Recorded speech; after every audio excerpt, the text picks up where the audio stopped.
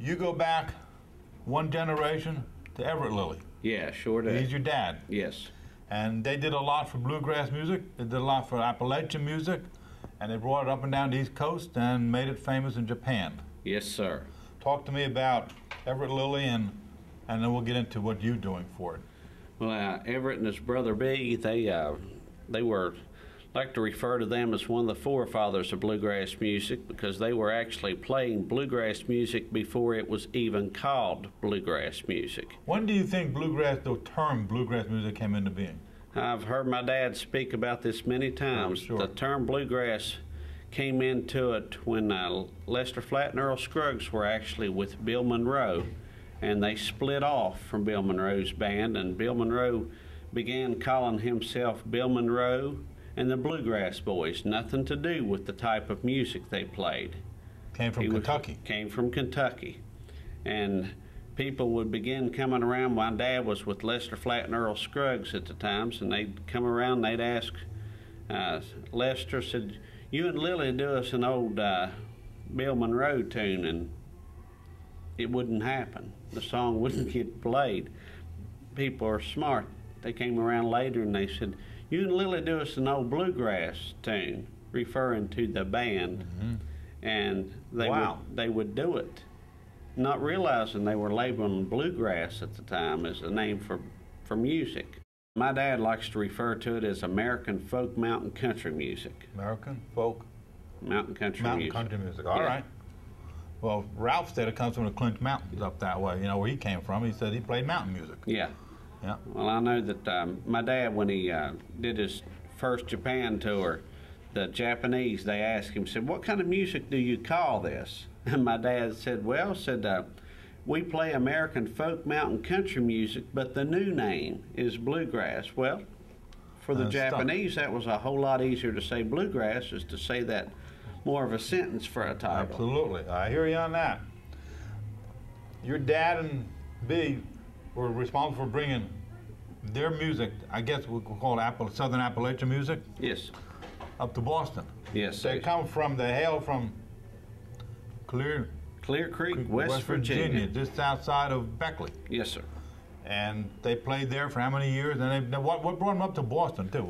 Tex Logan actually was responsible for them coming to Boston. I can't remember where it was that Dad and Tex had met up, and he asked them if they would come to Boston and play, and Dad said, "If you guarantee us a year's work." And they ended up going up there and playing 17 years, 7 nights a week. That's pretty steady, isn't it? That's steady work. 50 weeks a year? 50 weeks a year. Whew. At the Hillbilly Ranch, downtown Boston. And that's probably one of the first times the Bostonians was exposed to your type of music. Yeah, it sure was. Now, what did he do up there for a living? What made him go from outside of Beckley all the way up to Boston? Actually, the year of work that Tex Logan had referred. He told Tex Logan, said, "You get us a year's worth of playing," and it became 17 years. Now, Dad, he also did some other jobs while he was up there. But in West Virginia, he was a miner. Yeah, he was a coal miner. Low coal. Low coal. I read that too. Yeah. And B almost got killed. B almost got killed. Caved in on him. Yep. Wow, that's some history there. Yeah. But they couldn't make a living playing music down in West Virginia. No, they had to go up there to make some music. Had to go up there to make it.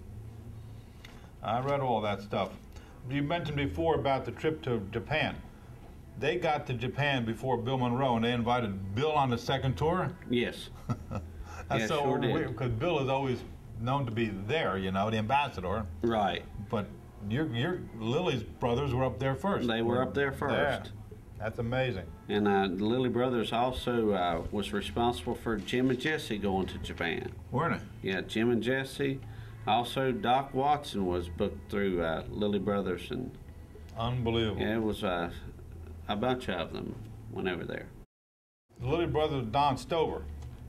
Now, where did Don Stover fit into this program? Don Stover actually lived a place called White Oak, which was just about 3 miles down the road from my dad's home place.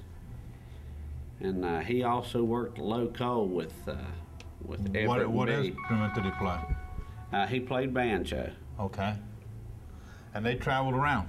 Yes. Then he went to Boston with them? He went to Boston with them. And he played 7 nights a week for yes. 17 years? Matter of fact, he was still in low coal when the Lilly brothers was up in Boston. They wanted a banjo player, and they ended up calling back home and getting him to come out of the coal mines to Boston. They told him there was money up there to be made. Yeah. So they weren't making it down there? No. No. The music was not booming down there.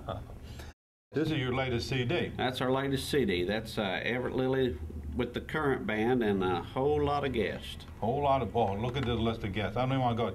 Give them a website where they can go read this on them. They can go to our website. It's www.lillymountaineers.com.